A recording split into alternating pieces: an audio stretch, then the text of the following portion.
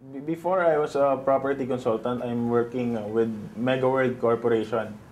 So, ginagawa ko na nagbebenta ako ng mga condominium.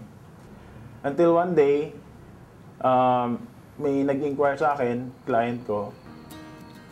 Siya si Paul Vincent Guasque. And then he invited me for a coffee.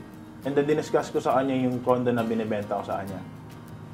After ko siya mabenta ng condominium, he was inviting me to join his business, which is V-Mobile nga. It took me like 6 months to finally decide to join in dito sa V-Mobile.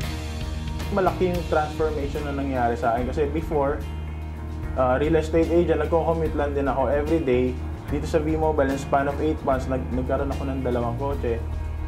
So dati, kami ng wife ko nag-commute. In just a short period of time, nagkaroon kami ng sasakyan. And then, in terms of financial, nag-improve din yung finances namin. Dati kasi hindi ako makabili ng damit eh. Kasi I'm a father of 2 kids. I'm supporting 2 kids. Siyempre, yung being a real estate agent, medyo limited lang yung sweldo ko. Naalala ko pa nun, I'm a man surviving 100 to 150 pesos lang a day. So, ginagawa ko, tinatsaga ako talaga. Tinatsaga ako, nag-i-insert ako sa Ortiga, sa mga sasakyan, ng mga flyers, para magbaka sakali makabenta. Ang mapapayo ko is seek guidance from your upline. Importante kasi yun. Kailangan may mentor kayo. Kasi hindi naman kayo sasali rito na magaling kagad kayo. Kailangan nyo rin magkaroon ng goal. A life without a goal is nothing. Kumbaga, if you have a goal, strategize on how you